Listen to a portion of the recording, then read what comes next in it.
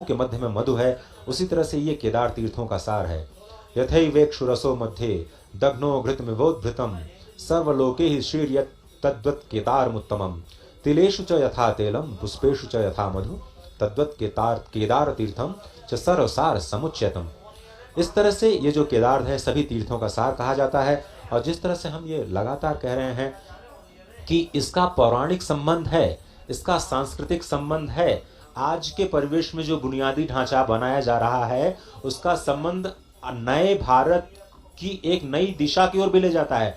हमने देखा यहाँ पर मंदिर के पीछे रात भर इतने ज्यादा लोगों ने लाइव दर्शन कराए अपने अपने घरों में, अपने अपने बुजुर्ग माता पिता को। वो अपने आप में उनके लिए एक बहुत ही आनंद की अनुभूति होती है। और डिजिटल इंडिया एक तरह से स्पष्ट तौर पर अपना सफल होता हुआ यहाँ दिख रहा है। जिस तरह से फ्री वाईफाई जोन का जिक्र भी आपने किया था नीरज। देखिए बिल्कुल, क्योंकि यहाँ पर जो भी श्रद्धालु पहुँचते हैं वो निश्चित तौर पर चाहते हैं कि बाबा के दर्शन करने के साथ साथ वो तमाम अपने जो परिजन हैं उनको भी दर्शन करा सकें बाबा केदारनाथ के।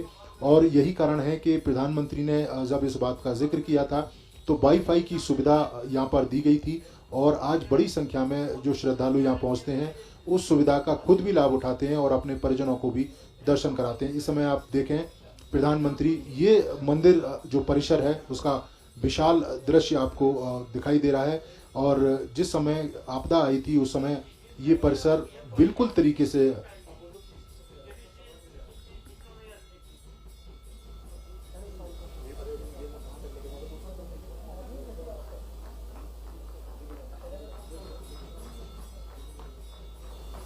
जिस घड़ी का हम सबको इंतजार था वो घड़ी पूरी हो चुकी है।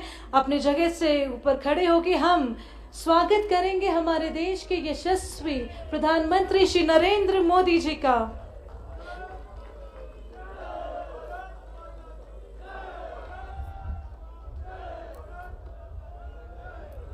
मैं अनुरोध करूंगी सेवानिवृत्त गुरमीत सिंह माननीय राज्यपाल उत्तराखंड से कि वे शॉल भेंट करके हमारे आज के मुख्य अतिथि हमारे देश के प्रधानमंत्री माननीय श्री नरेंद्र मोदी जी का स्वागत करेंगे। एक बार जोरदार तालियां। मैं अनुरोध करूंगी माननीय मुख्यमंत्री उत्तराखंड श्री पुष्कर सिंह धामी जी से कि वे केदारनाथ का स्मृति चिन्ह प्रधानमंत्री जी को भेंट करें। एक बार जोरदार तालियां।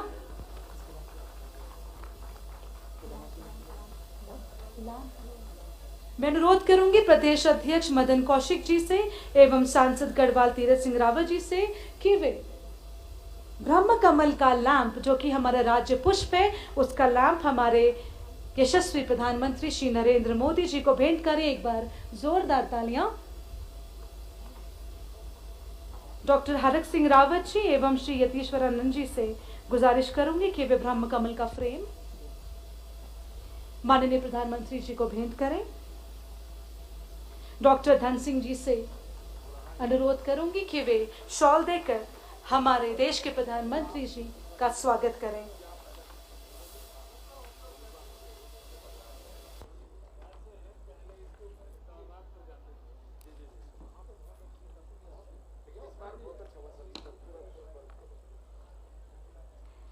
मैं प्रधानमंत्री जी की गरिमामयी, एक बार जोरदार तालियां। मैं प्रधानमंत्री जी की गरिमामयी उपस्थिति में माननीय मुख्यमंत्री, एक बार जोरदार तालियां, माननीय मुख्यमंत्री उत्तराखंड पुष्कर सिंह धामी जी से अनुरोध करूंगी कि वे मंचासीन संत महात्माओं को शॉल देकर उनका स्वागत करें।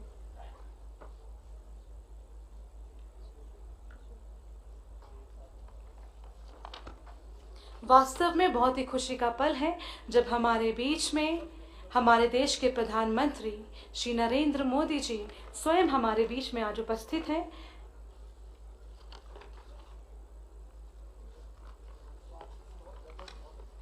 एक बार जोरदार तालियां। गरिमामयी उपस्थिति है निरंजनी अखाड़ा से महंत कैलाशानंद जी महाराज जो कि आचार्य हैं महामंडलेश्वर से, अवंतिकानंद ब्रह्मचारी महाराज जो कि सचिव हैं, आनंद अखाड़े से बालकानंद गिरी जी महाराज जो आचार्य महामंडलेश्वर हैं, परमार्थ निकेतन से श्री चिदानंद मुनि जी महाराज जो अध्यक्ष हैं, और केदार सभा से श्री विनोद शुक्ला जी। मंचासीन महानुभावों का मैं डॉक्टर कंचन नेगी तहे दिल से आपका स्वागत और अभिनंदन करती हूँ। कार्यक्रम को आगे बढ़ाते हुए मैं आमंत्रित करना चाहूंगी उत्तराखंड के यशस्वी मुख्यमंत्री श्री पुष्कर सिंह धामी जी को, जिन्होंने माननीय प्रधानमंत्री जी के पद चिन्हों पर चलकर सबका साथ, सबका विकास, सबका विश्वास और सबका प्रयास की बागडोर है थामी।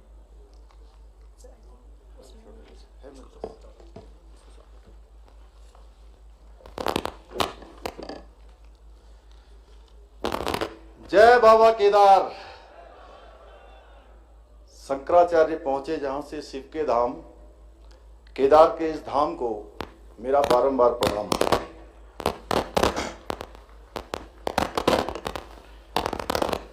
मंच पर उपस्थित विश्व के सर्वाधिक लोकप्रिय नेता एवं हमारे देश के यशस्वी प्रधानमंत्री आदरणीय नरेंद्र मोदी जी, महामहिम राज्यपाल लेफ्टिनेंट जनरल सेवानिवृत्त गुरमीत सिंह जी, क्षेत्र के माननीय सांसद व पूर्व मुख्यमंत्री आदरणीय तीरथ सिंह रावत जी, मेरे मंत्रिमंडल के सहयोगी आदरणीय डॉक्टर हरक सिंह रावत जी, आदरणीय डॉक्टर धन सिंह रावत जी, आदरणीय स्वामी यतीश्वरानंद जी, भारतीय जनता पार्टी के प्रदेश अध्यक्ष आदरणीय मदन कौशिक जी एवं कार्यक्रम में उपस्थित सभी आचार्यगण, कार्यक्रम में उपस्थित महामंडलेश्वर निरंजनी अखाड़ा स्वामी कैलासानंद जी, आचार्य महामंडलेश्वर स्वामी बालकानंद जी गिरी जी महाराज, स्वामी चिदानंद जी महाराज,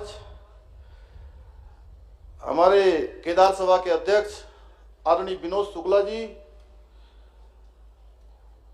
कार्यक्रम में उपस्थित सभी तीर्थ पुरोहित, केदार सभा के सभी सदस्य, हक हकूकधारी, रावल, देश भर के विभिन्न ज्योतिर्लिंगों, मठों आदि से जुड़े हुए शिव भक्त तथा कार्यक्रम में उपस्थित देश भर के सभी मुख्यमंत्रीगण, सभी माननीय राज्यपालगण, आदरणीय सांसदगण, सभी केंद्रीय मंत्रीगण, सभी देश के सभी प्रदेशों से जुड़े हुए सभी विधायकगण, उपस्थित भाइयों एवं बहनों, मैं सर्वप्रथम देवभूमि उत्तराखंड की 1.25 करोड़ देवतुल्य जनता की ओर से भगवान शिव के 12 ज्योतिर्लिंगों में से एक केदारनाथ धाम में पधारने पर हमारे देश के यशस्वी प्रधानमंत्री श्री आदरणीय नरेंद्र मोदी जी का हार्दिक स्वागत एवं अभिनंदन करता हूं। हमारे शास्त्रों में केदारपुरी की महिमा का वर्णन करते हुए कहा गया है, महाद्री पार्श्वे च तटे रमंतम संपूज्यमानम सततम मुनिंद्रे सुरासुरे यक्ष महोर गाधे केदार मिसम शिव मेघ मीणे। अर्थात जो भगवान शिव पर्वतराज हिमालय के समीप मंदाकिनी के तट पर स्थित केदारखंड नामक शिखर में निवास करते हैं तथा मुनियों के द्वारा हमेशा पूजित देवता, असुर, यक्ष, किन्नर व नाग आदि भी जिनका पूजन किया करते हैं, उन्हीं अद्वितीय कल्याणकारी केदारनाथ शिव को मैं नमन करता हूं। हम सभी जानते हैं कि आदरणीय प्रधानमंत्री जी का हिमालय तथा यहाँ के स्थित मंदिरों से विशेष लगाव रहा है। चाहे कैलाश मानसरोवर की यात्रा हो अथवा केदारपुरी में तप एवं ध्यान साधना हो, यहाँ की भूमि से आपने सदैव एवं एक असीम आध्यात्मिक दिव्य ऊर्जा प्राप्त की है, जिसने आपको निरंतर भारतवर्ष के समग्र कल्याण रहने की शक्ति प्रदान की है। गरुड़ चट्टी में आपके द्वारा की गई साधना को कौन भूल सकता है, जब आप प्रतिदिन गरुड़ चट्टी से भगवान के दर्शन के लिए मंदिर आते थे। आज यहाँ माननीय प्रधानमंत्री जी द्वारा आदि गुरु शंकराचार्य जी की पुनः निर्मित समाधि एवं उनकी भव्य तथा दिव्य प्रतिमा को राष्ट्र को समर्पित किया गया है। हिंदू धर्म संस्कृति में आदि गुरु शंकराचार्य जी को कौन नहीं जानता। वे भारत की राष्ट्रीय एवं आध्यात्मिक चेतना के सूत्रधार थे। कलयुग में वे भगवान शंकर के साक्षात अवतार थे। उन्होंने हिंदू धर्म संस्कृति के प्रचार प्रसार के साथ जगन्नाथपुरी, द्वारिकापुरी, रामेश्वरम एवं बद्रीनाथ के रूप में 4 मठों की स्थापना कर पूर्व से पश्चिम तक, उत्तर से दक्षिण तक भारतवर्ष को आध्यात्मिक, धार्मिक व सामाजिक एकता के एक सूत्र में पिरोने का काम किया था। भारत की गौरवशाली संस्कृति, परंपराओं, वेदों एवं उपनिषदों के असीम ज्ञान के संरक्षण एवं संवर्धन का श्रेय किसी को जाता है तो वो आदि गुरु शंकराचार्य जी को जाता है। उनकी इसी महान परंपरा को आगे बढ़ाने का कार्य जो सैकड़ों वर्षों में नहीं हो पाया, हमारे देश के यशस्वी प्रधानमंत्री आदरणीय नरेंद्र मोदी जी के नेतृत्व में हो रहा है। जहां आदि गुरु शंकराचार्य जी ने केदारनाथ मंदिर का जीर्णोद्धार कराया था, वहीं केदारनाथ धाम में ही अल्प आयु में देह त्याग कर मोक्ष की भी प्राप्ति की थी। इतनी कम आयु में इतने महान कार्य आदि गुरु शंकराचार्य जी कर सकते थे। 2013 की जब भीषण आपदा यहाँ आई थी, उस समय का दृश्य आप सब लोगों ने देखा था, आप सब उसको जानते हैं। आज उनकी समाधि भी पूर्ण रूप से इस आपदा में क्षतिग्रस्त हो गई थी। आज उनकी समाधि का पुनर्निर्माण और उनकी दिव्य प्रतिमा की स्थापना संपूर्ण देश की ओर से आदि गुरु शंकराचार्य जी को भावपूर्ण श्रद्धांजलि है। सदियों पश्चात हो रहे इस महान कार्य के लिए आज संपूर्ण देश आदरणीय प्रधानमंत्री जी को अपना साधुवाद प्रेषित कर रहा है। श्री केदारनाथ धाम के पुनर्निर्माण एवं आदि गुरु शंकराचार्य जी की समाधि की पुनः स्थापना के लिए आदि गुरु जैसी ही जिजीविषा, संकल्प और धैर्य की आवश्यकता थी, जो माननीय प्रधानमंत्री जी के रूप में आज हमारे सामने परिलक्षित हो रही है। आज का दिन भारतीय संस्कृति एवं सनातन धर्म के इतिहास में स्वर्ण अक्षरों में लिखा जाएगा। आज भी मुझे 2013 की जो भयानक त्रासदी का दौर है वो याद है, जब आप गुजरात के मुख्यमंत्री थे। आपने सर्वप्रथम उत्तराखंड की सहायता के लिए और केदारपुरी के पुनर्निर्माण के लिए आप आगे आए थे, आपने हाथ बढ़ाया था। कहा जाता है कि भगवान को भक्त से अधिक कोई प्रिय नहीं होता है। यह भगवान शिव का ही आशीर्वाद है कि उन्होंने अपने परम भक्त को अपने धाम के पुनर्निर्माण के कार्य के लिए चुना है।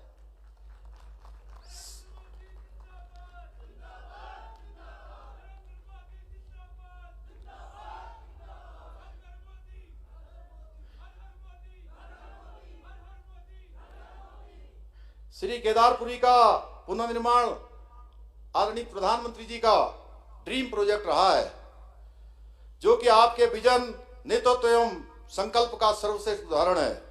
ये बाबा केदार और देवभूमि के प्रति आपका विशेष अनुराग ही है, जिसके कारण से पिछले 5 वर्षों में सैकड़ों करोड़ रुपए के पुनर्निर्माण के कार्य केदारनाथ में हुए हैं।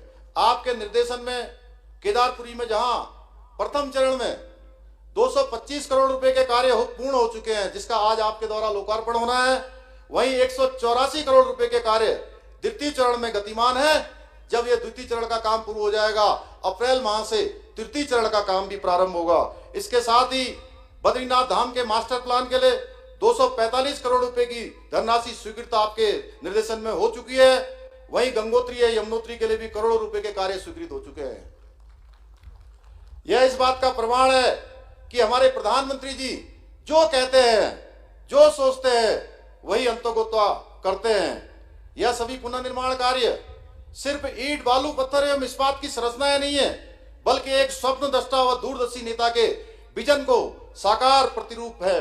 चाहे वाराणसी में विश्वनाथ मंदिर परिसर का विकास हो या केदारपुरी के पुनर्निर्माण का कार्य हो, यह आदरणीय प्रधानमंत्री जी के संकल्प और मार्गदर्शन का परिणाम है। आदरणीय प्रधानमंत्री जी के नेतृत्व में आज भारत एक भारतीय संस्कृति का मान, सम्मान एवं स्वाभिमान संपूर्ण विश्व के अंदर बढ़ रहा है तथा भारत विश्व गुरु के पद पर पुनः आरूढ़ होने के लिए तैयार हो रहा है। 21 जून को पूरे विश्व के अंदर मनाया जाने वाला, आयोजित किया जाने वाला अंतर्राष्ट्रीय योग दिवस इसका एक सर्वश्रेष्ठ उदाहरण है। एक भारत श्रेष्ठ भारत की परिकल्पना को साकार करते हुए आपने देश को नई दिशा प्रदान की है। देश में जो कार्य कभी नामुमकिन से प्रतीत होते थे, वो सारे के सारे आज पूर्णता की ओर बढ़ रहे हैं। चाहे वो राम मंदिर का मुद्दा हो, चाहे धारा 370 का मुद्दा हो, 3 तलाक का मुद्दा हो, या शक्तिशाली भारत के संपूर्ण विकास की बात हो, ये किसी से छुपा हुआ नहीं है। उत्तराखंड के प्रति आदरणीय प्रधानमंत्री जी का प्रेम किसी से छुपा हुआ नहीं है। आप उत्तराखंड की छोटी समस्या से भली भांति अवगत हैं। अभी कुछ दिनों पूर्व हमारे प्रदेश के अंदर भारी वृष्टि होने के कारण से कई जनपदों में व्यापक जनहानि, धनहानि हुई है। तब भी आपने नियमित रूप से दूरभाष पर मुझसे आपदा के संबंध में और बचाव कार्यों की लगातार आप समीक्षा करते रहे हैं। आपने तुरंत 3 एयरफोर्स के यहाँ पर हेलीकॉप्टर भेजे और 3 हेलीकॉप्टरों के कारण से हमारे यहाँ पर 500 से भी ज्यादा लोगों की जान बचाई जा चुकी है। उसमें तमाम लोग जो है सेना के भी जो है आपके निर्देशन में यहाँ पर काम कर रहे थे। माननीय प्रधानमंत्री जी के मार्गदर्शन में केंद्र सरकार के सहयोग से आज ऐसे बहुत से काम हुए हैं जो पहले नामुमकिन लग रहे थे। पिछले 5 वर्षों में केंद्र सरकार द्वारा करीब 1 लाख करोड़ रुपए से भी अधिक की विभिन्न परियोजनाएं प्रदेश के लिए स्वीकृत हुई हैं, जिनमें से बहुत सी योजनाएं पूर्ण हो चुकी है, अन्य पर कार्य चल रहा है। हम पहाड़ में रेल पहुंचाना और रेल को देखना भी एक सपना होता था। अभी भी मैं पिछले दिनों देवाल के बच्चों से मिला था जिन्होंने अभी तक भी रेल नहीं देखी थी। वो पिछले वर्ष देहरादून रेल देखने के लिए आए थे। तो जहां मोदी जी ने सपने को साकार किया है पहाड़ में रेल को देखने का, ऋषिकेश से कर्णप्रयाग रेल परियोजना पर कार्य तेजी से चल रहा है। वही सामरिक एवं भौगोलिक दृष्टि से महत्वपूर्ण परियोजना जो 154 किलोमीटर की है, टनकपुर से बागेश्वर, उस योजना को भी आपके निर्देशन में मंजूरी मिल चुकी है। इसी तरह 4 धाम ऑल वेदर रोड है, भारतमाला प्रोजेक्ट पर तीव्र गति से काम चल रहा है। 4 धाम यात्रा उत्तराखंड के लिए लाइफ लाइन है और यह परियोजनाएं जहां 4 धाम यात्रा को सुगम बनाएंगी, वहीं पर्यटन को बढ़ावा देंगी, वही हमारी अर्थव्यवस्था में भी क्रांतिकारी परिवर्तन भी लाएंगी।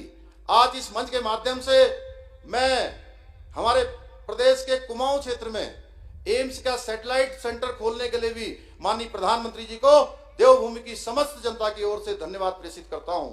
इस सैटेलाइट सेंटर के खुलने से उत्तराखंड के दूर दराज इलाकों तथा सीमांत और उत्तर प्रदेश के भी कुछ जिलों को और साथ में हमारे पड़ोसी देश नेपाल के लोगों को भी अपना इलाज करवाने में अत्यंत फायदा मिलेगा।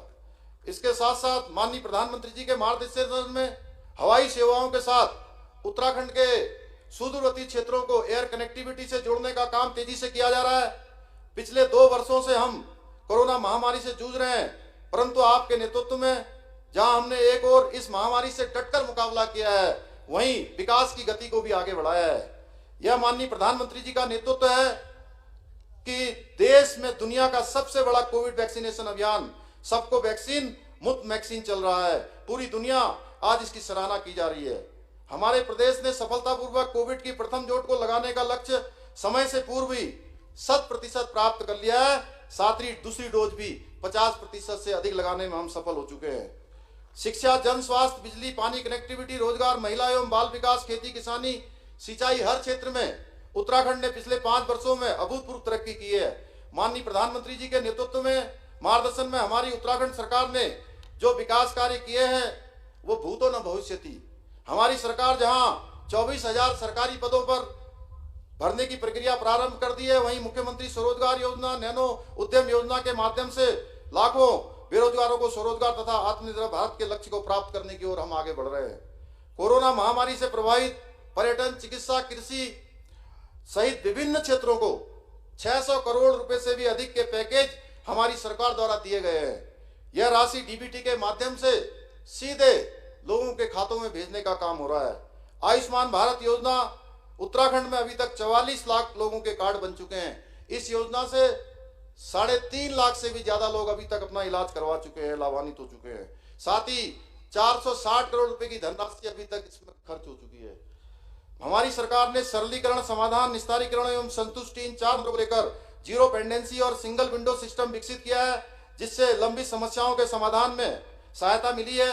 माननीय प्रधानमंत्री जी की अपेक्षा अनुसार हम वर्ष 2025 तक, जब उत्तराखंड 25 वर्ष का होगा, हम सिल्वर जुबली जब मना रहे होंगे, उत्तराखंड अपनी स्थापना का रजत जयंती वर्ष उस वर्ष मना रहा होगा, तब हम देश का सर्वश्रेष्ठ राज्य बनाने के लिए संकल्पबद्ध हैं। इसके लिए हम विकल्प रहित संकल्प के मंत्र को ध्यान में रखकर दिन रात कार्य कर रहे हैं।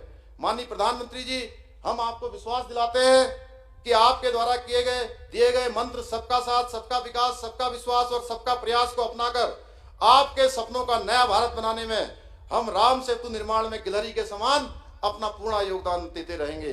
भाइयों और बहनों, आज गोवर्धन पूजा भी है, जिसकी आप सभी को हार्दिक बधाई। आज का दिन भगवान श्री कृष्ण की उपासना का दिन तो है ही, साथ ही गाय, पर्वत एवं प्रकृति की उपासना का दिन भी है।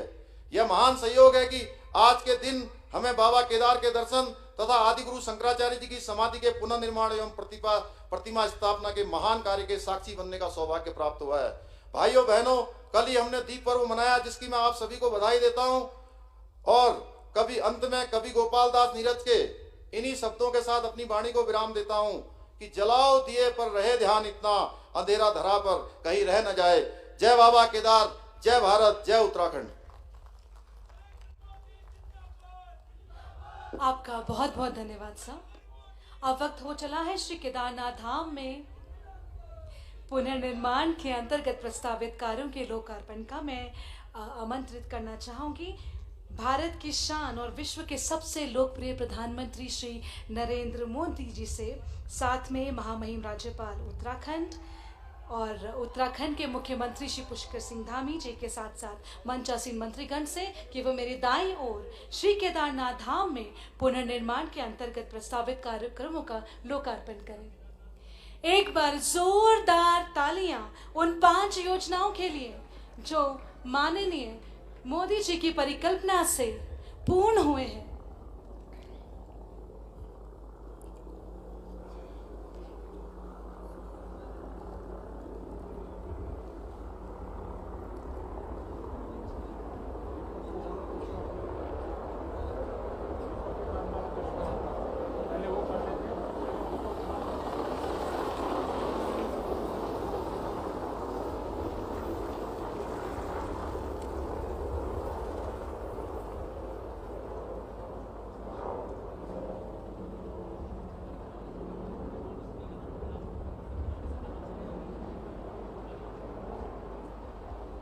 तो जैसा कि हम सब देख रहे हैं कि हमारे देश के यशस्वी प्रधानमंत्री श्री नरेंद्र मोदी जी, साथ में उत्तराखंड के राज्यपाल, साथ में उत्तराखंड के मुख्यमंत्री जी और मंचासीन मंत्रीगण लोकार्पण करने जा रहे हैं श्री केदारनाथ धाम में पुनर्निर्माण के अंतर्गत प्रस्तावित कार्यों का।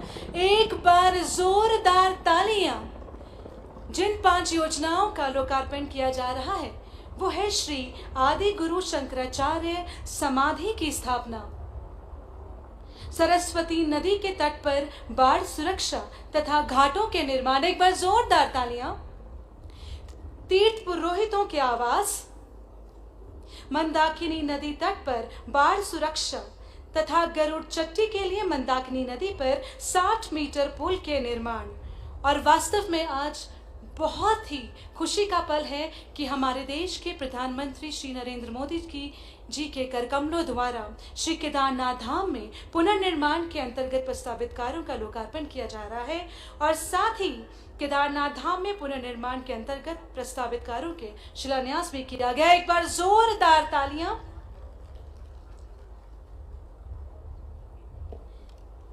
मैं आमंत्रित करना चाहूंगी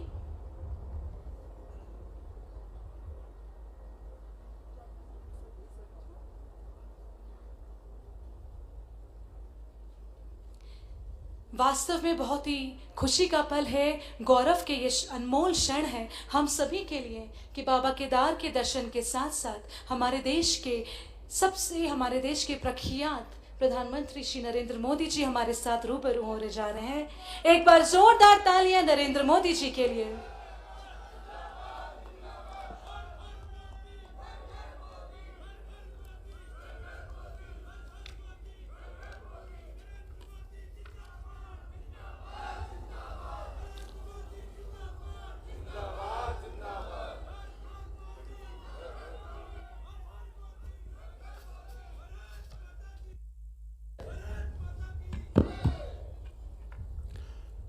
जय बाबा केदार,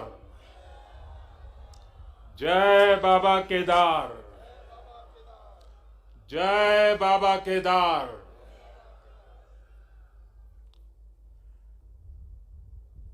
दैवीय आभा से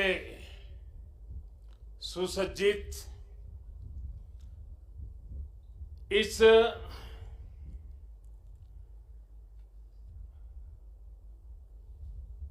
पवित्र कार्यक्रम में हमारे साथ मंच पर उपस्थित सभी वरिष्ठ महानुभाव, इस पावन पवित्र भूमि पर पहुंचे हुए सभी श्रद्धालुगण, आप सबको आदरपूर्वक मेरा नमस्कार।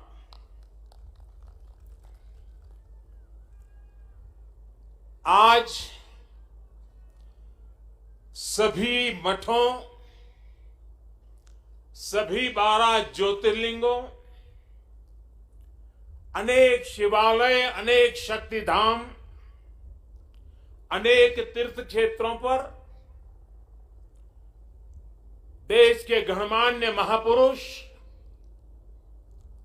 पूज्य संतगण,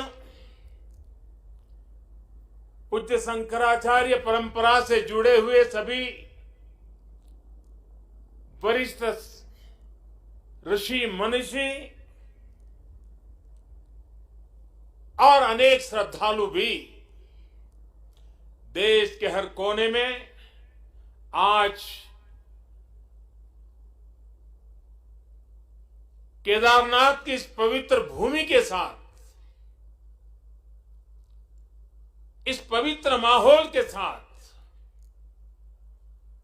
सशरीर नहीं लेकिन आत्मिक रूप से वर्चुअल माध्यम से, टेक्नोलॉजी की मदद से वो वहां से हमें आशीर्वाद दे रहे हैं। आप सभी आदि शंकराचार्य जी की समाधि की पुनः स्थापना के साक्षी बन रहे हैं। ये भारत की आध्यात्मिक समृद्धि और व्यापकता का बहुत अलौकिक दृश्य है। हमारा देश तो इतना विशाल है, इतनी महान ऋषि परंपरा है, एक से बढ़कर एक तपस्वी आज भी भारत के हर कोने में आध्यात्मिक चेतना को जगाते रहते हैं। ऐसे अनेक संतगण आज देश के हर कोने में और यहां भी हमारे साथ जुड़े हुए हैं। लेकिन संबोधन में अगर मैं सिर्फ उनका नामोल्लेख करना चाहूं तो भी शायद एक सप्ताह कम पड़ जाएगा, और अगर एकाध नाम छूट गया तो शायद मैं जीवन भर किसी पाप के बोझ में दब जाऊंगा। मेरी इच्छा होते हुए भी मैं इस समय सभी का नामोल्लेख नहीं कर पा रहा हूं, लेकिन मैं उन सबको आदरपूर्वक प्रणाम करता हूं। वे जहां से इस कार्यक्रम में जुड़े हैं, उनके आशीर्वाद हमारी बहुत बड़ी शक्ति है। अनेक पवित्र कार्य करने के लिए उनके आशीर्वाद हमें एक शक्ति देंगे, ये मेरा पूरा भरोसा है।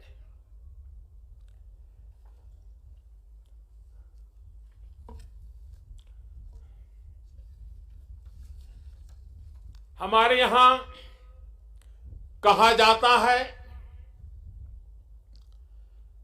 आवाहनम न जानामि, न जानामि विसर्जनम, पूजाम चैव न जानामि क्षमस्व परमेश्वरम। इसलिए मैं हृदय से ऐसे सभी व्यक्तियों से माफी मांगते हुए इस पुण्य अवसर पर देश के कोने कोने से जुड़े शंकराचार्य, ऋषिगण, महान संत परंपरा के सभी अनुयायी, आप सबको यहीं से प्रणाम करके मैं आपका आशीर्वाद मांगता हूं।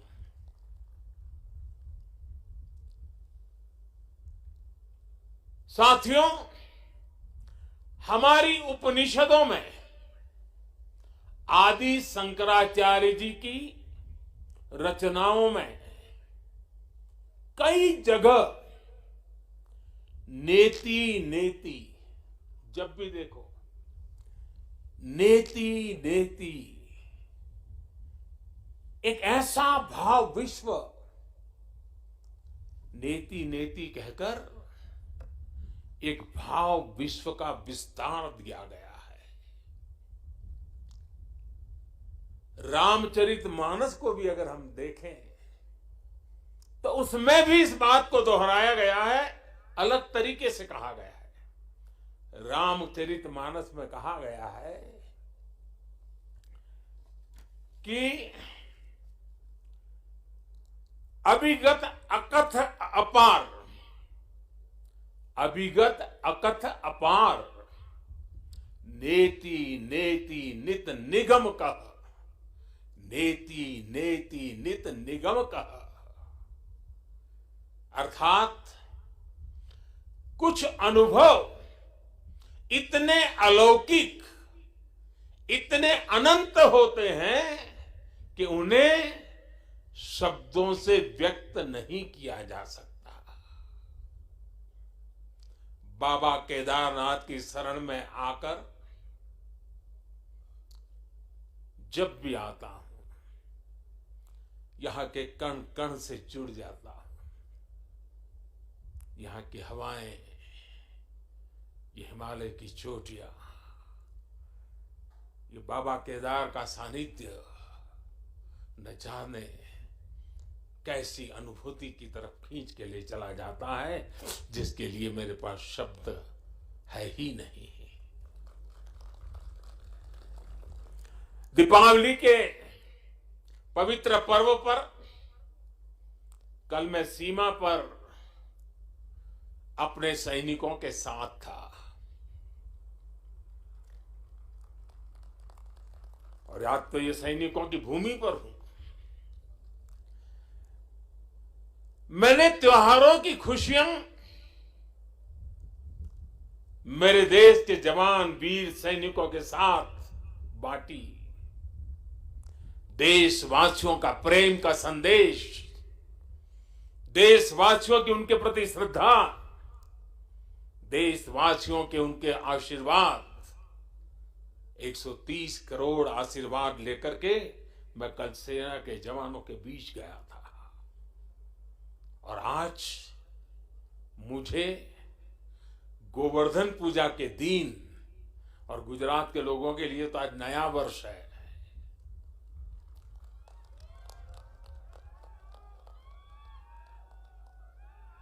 गोवर्धन पूजा के दिन केदारनाथ जी में दर्शन पूजन करने का मुझे सौभाग्य मिला है।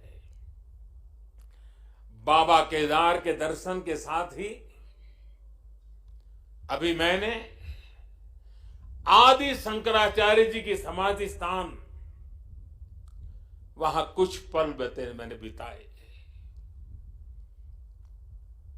एक दिव्य अनुभूति का वो पल था।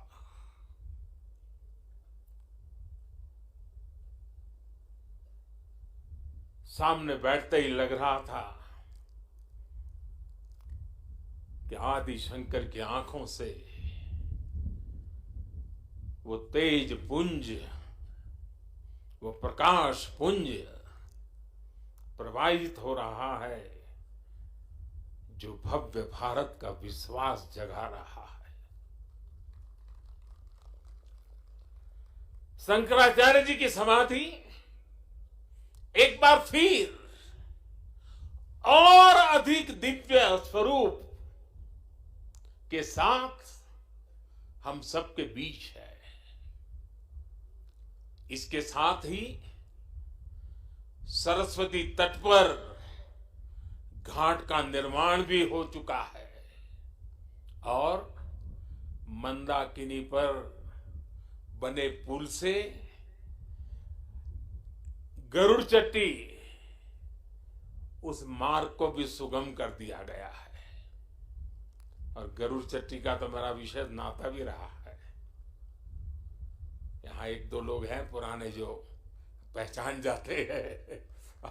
मैंने आपके दर्शन किए, मुझे अच्छा लगा। साधु तो चलता भला, यानी पुराने लोग तो चले गए हैं। कुछ लोग इस स्थान को छोड़ के चले गए, कुछ लोग इस धरा को छोड़ करके चले गए। अब मंदाकिनी के किनारे बाढ़ से सुरक्षा के लिए जिस दीवार का निर्माण किया गया है, इससे श्रद्धालुओं की यात्रा अब और सुरक्षित होगी। तीर्थ पुरोहितों के लिए नए बने आवासों से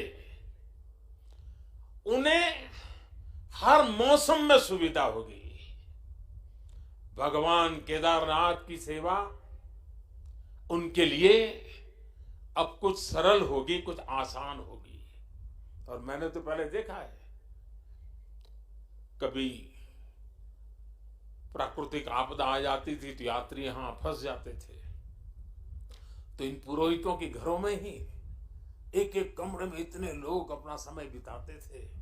और मैं देखता था कि हमारे पुरोहित खुद बाहर ठंड में ठिठुरते थे, लेकिन अपने जो यजमान आते थे, जो अपने उनकी चिंता करते थे। मैंने सब देखा हुआ है, उनके भक्ति भाव को मैंने देखा हुआ है।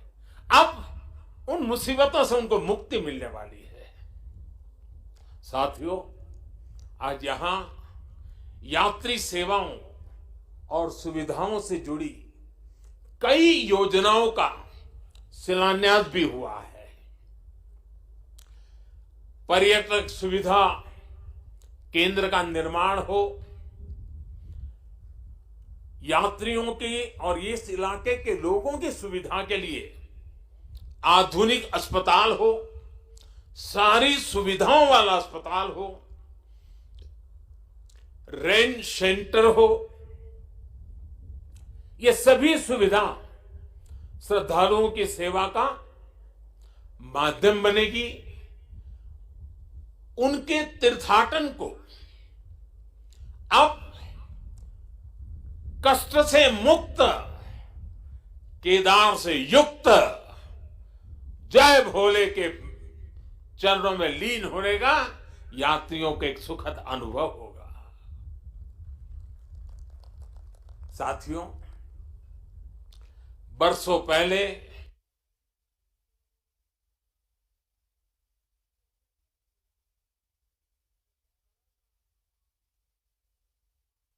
नुकसान यहां हुआ था, वो अकल्पनीय था। मैं मुख्यमंत्री तो गुजरात का था,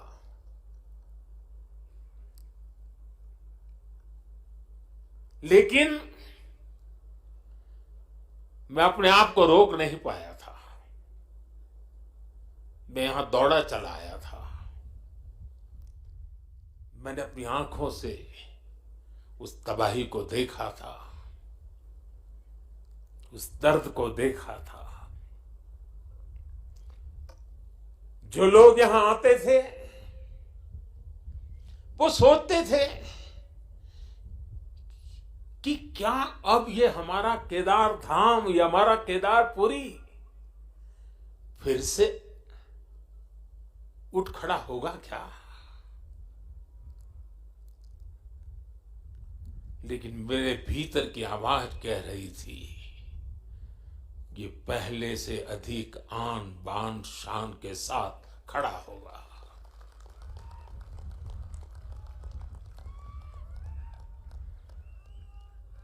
और ये मेरा विश्वास बाबा केदार के कारण था, आदि शंकर की साधना के कारण था, ऋषियों मुनियों की तपस्या के कारण था, लेकिन साथ साथ कच्छ के भूकंप के बाद कच्छ को खड़ा करने का मेरे पास अनुभव भी था,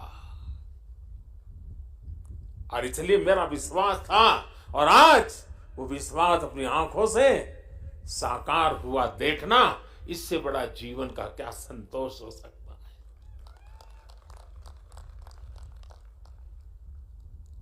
मैं इसे अपना सौभाग्य मानता हूं कि बाबा केदार ने, संतों के आशीर्वाद ने, इस पवित्र धरती ने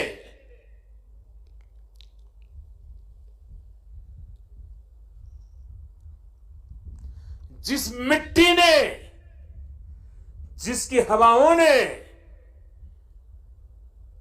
कभी मुझे पाला पोसा था, उसकी सेवा करने का सौभाग्य मिलना, इससे बड़ा जीवन का पुण्य क्या होता है।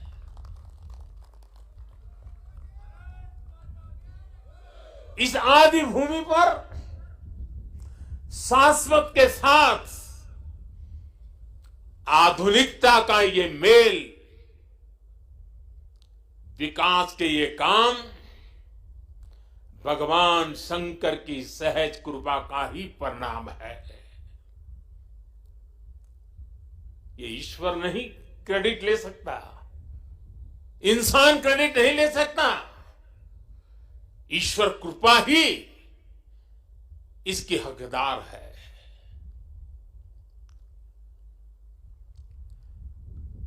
मैं इस पुनीत प्रयासों के लिए उत्तराखंड सरकार का, हमारे ऊर्जावान नौजवान मुख्यमंत्री धामी जी का, और इस कामों की जिम्मेदारी उठाने वाले सभी लोगों का भी आज हृदय से धन्यवाद करता हूं, जिन्होंने एड़ी चोटी का जोर लगा करके इस सपनों को पूरा किया है। मुझे पता है यहां बर्फबारी के बीच भी किस तरह, यानी पूरा साल भर काम करना मुश्किल है, यहां बहुत कम समय मिलता है, लेकिन बर्फबारी के बीच भी मेरे हमारे श्रमिक भाई बहन जो पहाड़ों के नहीं थे, बाहर से आए थे, वे ये ईश्वरीय कार्य मान करके बर्फ वर्षा के बीच भी, माइनस टेम्परेचर के बीच भी काम छोड़ करके जाते नहीं थे, काम करते रहते थे, तब जाकर के ये काम हो पाया है। मेरा मन यहां लगा रहता था, तो मैं बीच बीच में ड्रोन की मदद से, टेक्नोलॉजी की मदद से, मेरे दफ्तर से यहां का पूरा मैं या एक प्रकार से वर्चुअल यात्रा करता था। लगातार मैं उसकी बारीकियों को देखता था, काम कितना पहुंचा, महीने भर पहले कहां थे, इस महीने कहां पहुंचे, लगातार देखता था। मैं केदारनाथ मंदिर के सभी रावल और सभी पुजारियों का भी आज विशेष रूप से आभार प्रकट करना चाहता हूं, क्योंकि उनके सकारात्मक रवैये के कारण, उनके सकारात्मक प्रयासों के कारण, और उन्होंने परंपराओं का जो हमारा मार्गदर्शन करते रहे, उसके कारण हम इसको, इस पुरानी विरासत को भी बचा पाए और आधुनिकता भी ले पाए। और इसके लिए मैं इन पुजारियों का, रावल परिवारों का हृदय से आभार व्यक्त करता हूं। आदि शंकराचार्य जी के विषय में हमारे विद्वानों ने कहा है, शंकराचार्य जी के लिए हर विद्वान ने कहा है, शंकरो शंकरः साक्षात, अर्थात आचार्य शंकर साक्षात भगवान शंकर का ही स्वरूप थे। ये महिमा, ये देवत्व आप उनके जीवन के हर क्षण हम अनुभव कर सकते हैं। उसकी तरफ जरा नजर करें तो सारी स्मृतियां सामने आ जाती हैं। छोटी सी उम्र में, बालक उम्र में अद्भुत बोध, बाल उम्र से ही शास्त्रों का, ज्ञान का, विज्ञान का निरंतर चिंतन, और जिस उम्र में एक साधारण मानवी साधारण रूप से संसार की बातों को थोड़ा देखना समझना शुरू करता है, थोड़ी जागृति का प्रारंभ होता है, उस उम्र में वो वेदांत की गहराई को, उसके गुढ़ार्थ को सांगोपांग विवेचन, उसकी व्याख्या अविरत रूप से किया करते थे। ये शंकर के भीतर साक्षात शंकरत्व का जागरण के सिवा कुछ नहीं हो सकता है। ये शंकरत्व का जागरण था। यहां संस्कृत और वेदों के बड़े बड़े पंडित यहां भी बैठे हैं और वर्चुअली भी हमारे साथ जुड़े हैं। आप जानते हैं कि शंकर का संस्कृत में अर्थ बड़ा सरल है।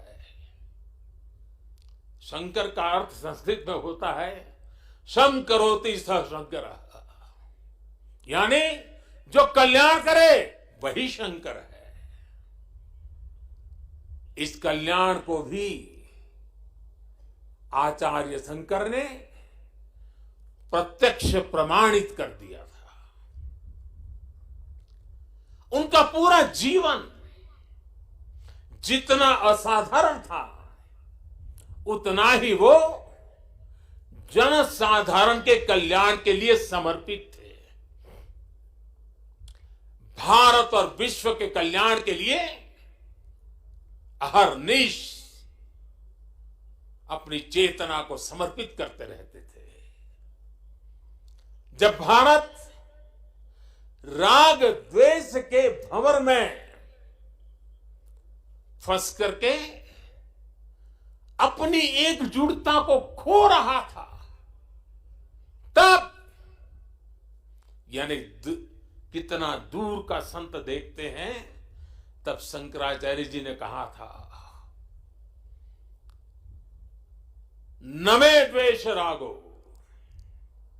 न मे द्वेष रागो, न मे लोभ मोह,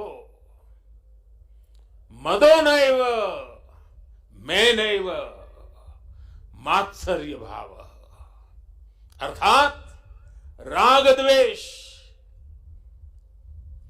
लोभ मोह, ईर्ष्या, अहम, ये सब हमारा स्वभाव नहीं है। जब भारत की जाति पंथ की सीमाओं से बाहर देखने की शंकाओं आशंकाओं को ऊपर उठने की मानव जात को जरूरत थी, तब समाज में चेतना फूकी और आदि शंकर ने कहा न मे मृत्यु शंका न मे जाति भेद, यानी नाश विनाश की शंकाएं जात पात के भेद से हमारी परंपरा का कोई लेना देना नहीं है, हिस्सा नहीं है। हम क्या है, हमारा दर्शन और विचार क्या है, ये बताने के लिए आदि शंकर ने कहा चिदानंद रूप चिदानंद रूप शिवोहम शिवोहम, चिदानंद रूप शिवोहम शिवोहम। अर्थात आनंद स्वरूप शिव हम ही है। जीवत्व से ही शिवत्व है। और अद्वैत का सिद्धांत, कभी कभी अद्वैत के सिद्धांत को समझाने के लिए बड़े बड़े ग्रंथों की जरूरत पड़ती है। मैं तो इतना विद्वान नहीं हूं। मैं तो सरल भाषा में अपनी बात समझता हूं और मैं इतना ही कहता हूं, जहां द्वैत नहीं है वही तो अद्वैत है। शंकराचार्य जी ने भारत की चेतना में फिर से प्राण फूके और हमें हमारी आर्थिक परमार्थिक उन्नति का मंत्र दिया। उन्होंने कहा, ज्ञान विहीन, देखिए ज्ञान की उपासना क्या महिमा हमारा कितना महत्व रखता है। ज्ञान विहीन सर्वमतेन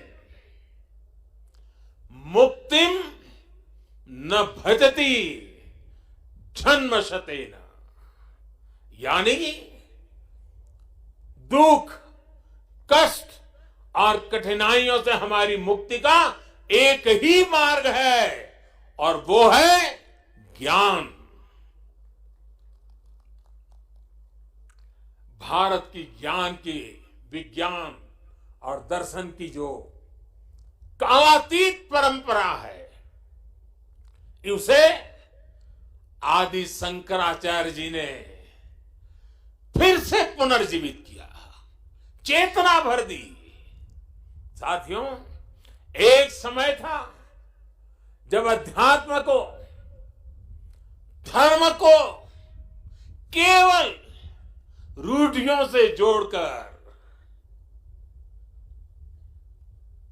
कुछ ऐसी गलत मर्यादा और कल्पनाओं में जोड़कर देखा जाने लगा था। लेकिन भारतीय दर्शन तो मानव कल्याण की बात करता है। जीवन को पूर्णता के साथ, होलिस्टिक अप्रोच के साथ, होलिस्टिक वे में देखता है। आदि शंकराचार्य जी ने समाज को इस सत्य से परिचित कराने का काम किया। उन्होंने पवित्र मठों की स्थापना की, 4 धामों की स्थापना की, 12 ज्योतिर्लिंगों का पुनर्जागृति का काम किया।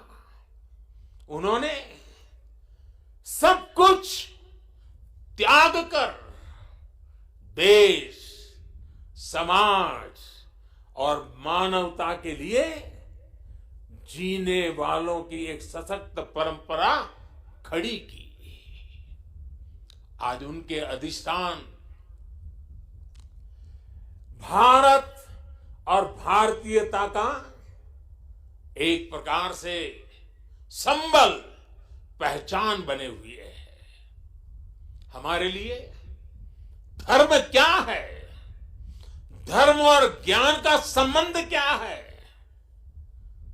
और इसीलिए तो कहा गया है, अथा तो ब्रह्म जिज्ञासा, अथा तो ब्रह्म जिज्ञासा।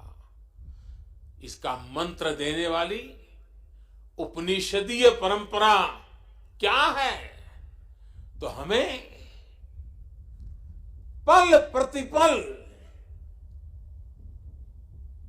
प्रश्न करना सिखाती है। और तभी तो बालक नचिकेता यम के दरबार में जाकर के यम की आंख में आंख मिला करके पूछ देता है,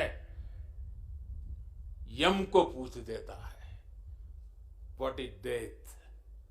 मृत्यु क्या है बताओ। प्रश्न पूछना, ज्ञान अर्जित करना। अथा तो धर्म जिज्ञासा। हमारी इस विरासत को हमारे मठ हजारों सालों से जीवित रखे हुए हैं, उसे समृद्ध कर रहे हैं। संस्कृत हो, संस्कृत भाषा में वैदिक गणित जैसे विज्ञान हो, इस मठों ने, हमारे शंकराचार्य की इस परंपरा ने इन सब का संरक्षण कर पीढ़ी दर पीढ़ी मार्ग दिखाने का काम किया है। मैं समझता हूं आज के इस दौर में आदि शंकराचार्य जी का सिद्धांत और ज्यादा प्रासंगिक हो गए हैं। साथियों, हमारे यहां सदियों से 4 धाम यात्रा का महत्व रहा है। 12 ज्योतिर्लिंग के दर्शन की, शक्तिपीठों के दर्शन की, अष्टविनायक जी के दर्शन की, ये सारी यात्रा की परंपरा, ये तीर्थाटन हमारे यहां जीवन काल का हिस्सा माना गया है। ये तीर्थाटन हमारे लिए सिर्फ सैर सपाटा पर्यटन भर नहीं है, ये भारत को जोड़ने वाली, भारत का साक्षात कराने वाली एक जीवंत परंपरा है। हमारे यहां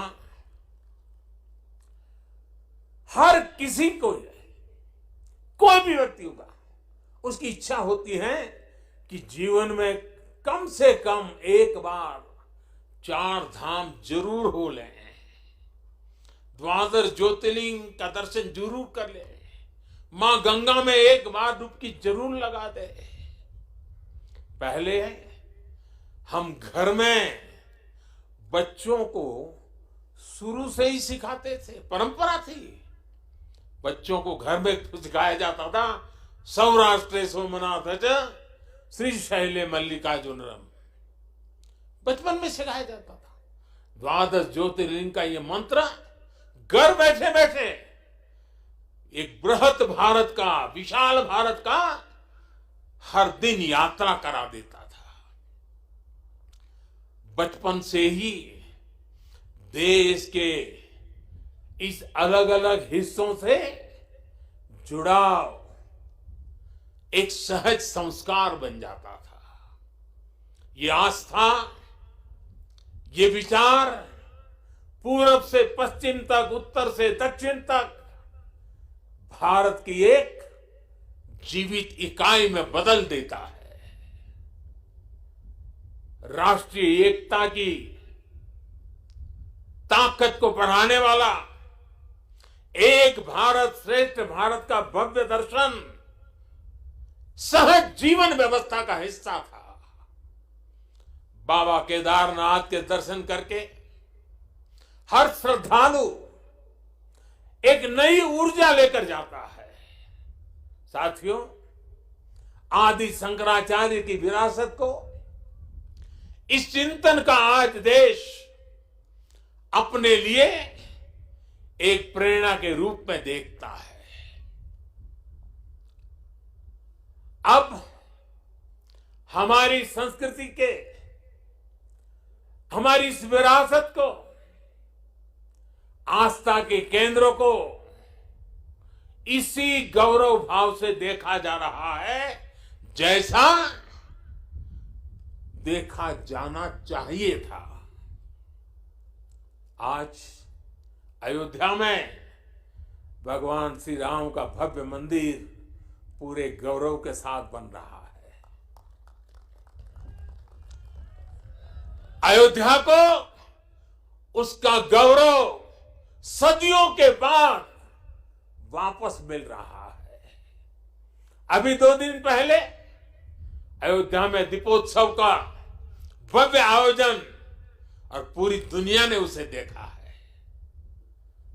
भारत का प्राचीन सांस्कृतिक स्वरूप कैसा रहा होगा, आज हम इसकी कल्पना कर सकते हैं। इसी तरह उत्तर प्रदेश में ही काशी का भी कायाकल्प हो रहा है। विश्वनाथ धाम का कार्य बहुत तेज गति से अब तो पूर्णता की तरफ आगे बढ़ रहा है। बनारस में सारनाथ, नजदीक में कुशीनगर, बोध गया, यहां सब जगह पे एक बुद्ध सर्किट के अंतरराष्ट्रीय पर्यटन को आकर्षित करने के लिए, विश्व के बुद्ध के भक्तों को आकर्षित करने के लिए एक बहुत तेजी से काम चल रहा है। भगवान राम से जुड़े जितने भी तीर्थ स्थान है उनको भी जोड़ करके एक पूरा सर्किट बनाने का काम भी आज चल रहा है। मथुरा वृंदावन में भी विकास के साथ साथ यहां की शुचिता, पवित्रता को लेकर संतों की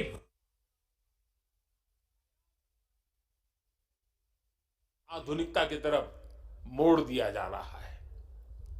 इतना सब आज इसलिए हो रहा है क्योंकि आज का भारत आदि शंकराचार्य जैसे हमारे मनीषियों के निर्देशों में श्रद्धा रखते हुए, उस पर गौरव करते हुए आगे बढ़ रहा है।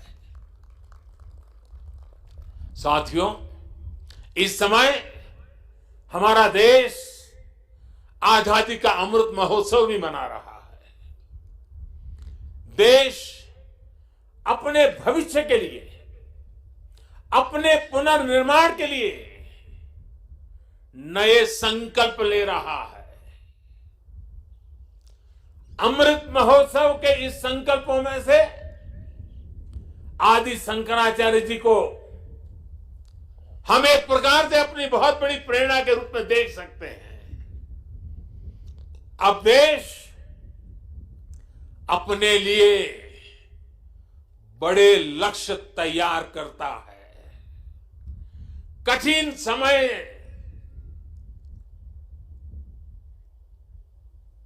और सिर्फ समय नहीं, समय की सीमा भी हम निर्धारित करते हैं। तो कुछ लोग कहते हैं कि इतने कम समय में ये सब कैसे होगा। कभी कभी लोग ये भी कहते हैं अरे यार होगा भी कि नहीं होगा। और तब मेरे भीतर से एक ही आवाज आती है, 130 करोड़ देशवासियों की आवाज मुझे सुनाई देती है और मेरे मुंह से यही निकलता है, एक ही बात निकलती है, समय के दायरे में बंधकर भयभीत होना अब भारत को मंजूर नहीं है। आप देखिए, आदि शंकराचार्य जी को छोटी सी आयु थी, घर बार परिवार छोड़ दिया, सन्यासी बन गए। कहां केरल का कालड़ी और कहां केदार, कहां से कहां चल पड़े, सन्यासी बने। बहुत ही कम आयु में इस पवित्र भूमि में उनका शरीर इस धरती से विलीन हो गया। अपने इतने कम समय में उन्होंने भारत के भूगोल को चैतन्य कर दिया, भारत के लिए नया भविष्य गढ़ दिया। उन्होंने जो ऊर्जा प्रज्वलित की वो आज भी भारत गतिमान बनाए हुए है। आने वाले हजारों साल तक ये गतिमान बनाए रखेगी। इसी तरह स्वामी विवेकानंद जी को देखिए, स्वाधीनता संग्राम में अनेक सेनानियों को देखिए। ऐसी कितनी ही महान आत्माएं, महान विभूतियां इस धरती पर आकर यहां प्रकट हुई, जिन्होंने समय की सीमाओं का उल्लंघन कर छोटे से कालखंड में कई युगों को गढ़ दिया। ये भारत इन महान विभूतियों की प्रेरणाओं पर चलता है। हम शाश्वत को एक प्रकार से स्वीकार करते हुए हम क्रियाशीलता पर विश्वास करने वाले लोग हैं। इसी आत्मविश्वास को लेकर देश आज इस अमृत काल में आगे बढ़ रहा है। और ऐसे समय में मैं देशवासियों से एक और आग्रह करना चाहता हूं। स्वाधीनता संग्राम से जुड़े ऐतिहासिक स्थानों को देखने के साथ साथ ऐसे पवित्र स्थानों को भी ज्यादा से ज्यादा जाएं, नई पीढ़ी को लेकर के जाएं, परिचित कराएं, मां भारती का साक्षात्कार करें, हजारों साल की महान परंपरा की चेतना को अनुभूति करें। आजादी के अमृत काल में स्वतंत्रता आजादी का यह भी एक महोत्सव हो सकता है। हर हिंदुस्तानी के दिल में, हिंदुस्तान के हर कोने कोने में, हर कंकर कंकर में शंकर का भाव जग सकता है। और इसलिए निकल पड़ने का ये समय है।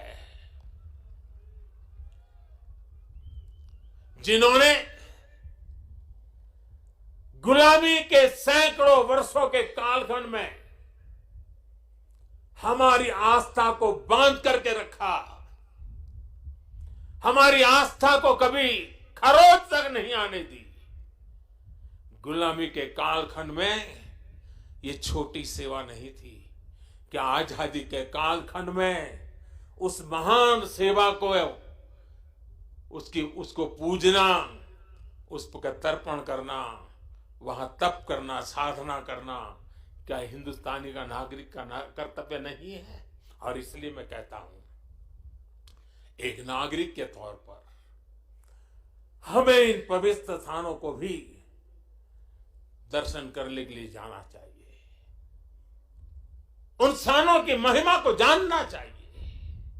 साथियों, देवभूमि के प्रति असीम श्रद्धा रखते हुए, यहां की असीम संभावनाओं पर विश्वास करते हुए आज उत्तराखंड की सरकार यहां विकास के महायज्ञ से जुड़ी है, पूरी ताकत से जुड़ी है। 4 धाम सड़क परियोजना पर तेजी से काम हो रहा है। चारों धाम हाईवे से जुड़ रहे हैं। भविष्य में यहां केदारनाथ जी तक श्रद्धालु केवल कार के जरिए आ सके, इससे जुड़ी प्रक्रिया भी शुरू हो गई है। यहां पास में हो पवित्र हेमकुंड साहब जी हैं।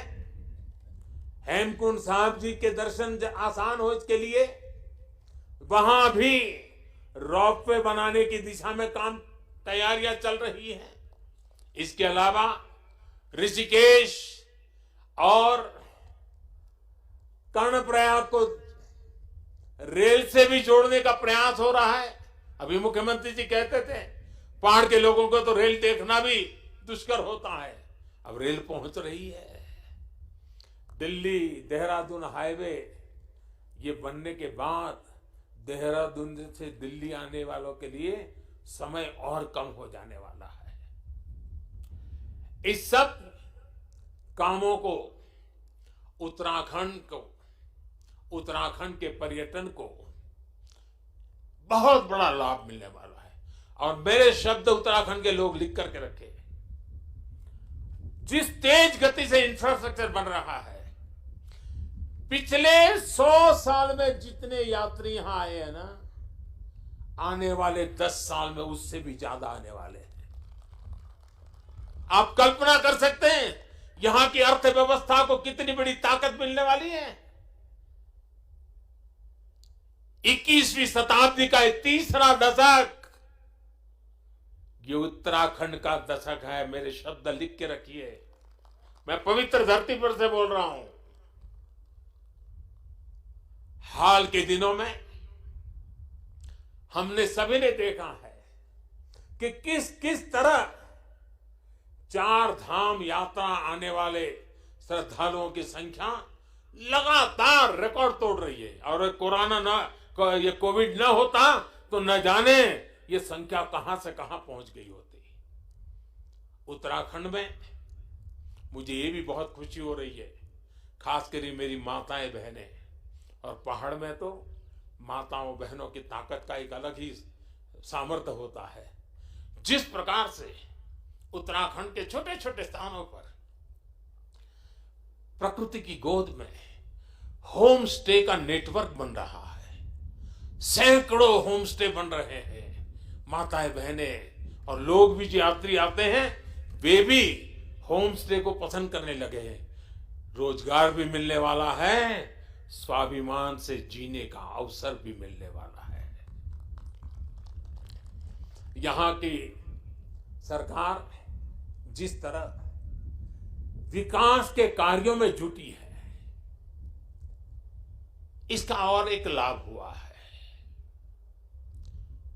यहां वरना तो हम हमेशा सुनते थे पहाड़ का पानी और पहाड़ की जवानी कभी पहाड़ के काम आती नहीं। मैंने इस बात को बदला है। अब पानी भी पहाड़ को काम आएगा, जवानी भी पहाड़ को काम आएगी। पलायन रुकना है। एक के बाद एक जो निर्णय हो रहे हैं, पलायन रुकना है। मान के चलिए साथियों, मेरे नौजवान दोस्तों, ये दशक आपका है, उत्तराखंड का है, उज्जवल भविष्य का है। बाबा केदार के आशीर्वाद हमारे साथ है। ये देवभूमि, मातृभूमि की रक्षा करने वाले अनेकों वीर बेटे बेटियों की ये जन्मस्थली भी है। यहां का कोई घर, कोई गांव ऐसा नहीं है जहां पराक्रम की कोई गाथा का परिचय न हो। आज देश जिस तरह अपनी सेनाओं का आधुनिकीकरण कर रहा है, उन्हें आत्मनिर्भर बना रहा है, उससे हमारे वीर सैनिकों की ताकत और बढ़ रही है। आज उनकी जरूरत को, उनकी अपेक्षाओं को, उनके परिवार की आवश्यकताओं को बहुत प्राथमिकता देकर के काम किया जा रहा है। ये हमारे ही सरकार है जिसने वन रैंक वन पेंशन की 4 दशक पुरानी मांग को पिछली शताब्दी की मांग इस शताब्दी में मैंने पूरी की। मुझे संतोष है, मेरे देश की सेना के जवानों के लिए मुझे सेवा करने का मौका मिला। इसका लाभ तो उत्तराखंड के करीब करीब हजारों परिवारों को मिला है, निवृत्त सैनिक परिवारों को मिला हुआ है। साथियों, उत्तराखंड ने कोरोना के खिलाफ लड़ाई में जिस तरह का अनुशासन दिखाया, वो भी बहुत अभिनंदनीय है, सराहनीय है। भौगोलिक कठिनाइयों को पार कर आज उत्तराखंड के लोगों को 100% सिंगल डोज का लक्ष्य हासिल कर लिया है। ये उत्तराखंड को ताकत का दर्शन कराता है, उत्तराखंड के सामर्थ्य को दिखाता है। और जो लोग पहाड़ों से परिचित हैं ना, उनको पता है कि काम आसान नहीं होता है। घंटों घंटों तो पहाड़ की चोटियों पर जाकर के 2 या 5 परिवार को वैक्सीनेशन दे करके रात रात चल करके घर पहुंचना होता है। कष्ट कितना होता है मैं अंदाज लगा सकता हूं। उसके बाद भी उत्तराखंड ने काम किया है। क्यों? उत्तराखंड के एक एक नागरिक की जिंदगी बचानी है।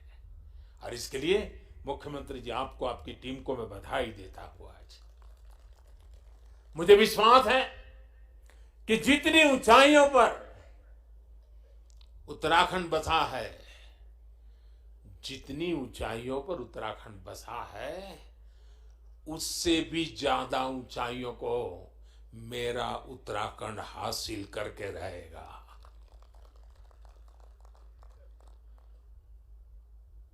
बाबा केदार की भूमि से,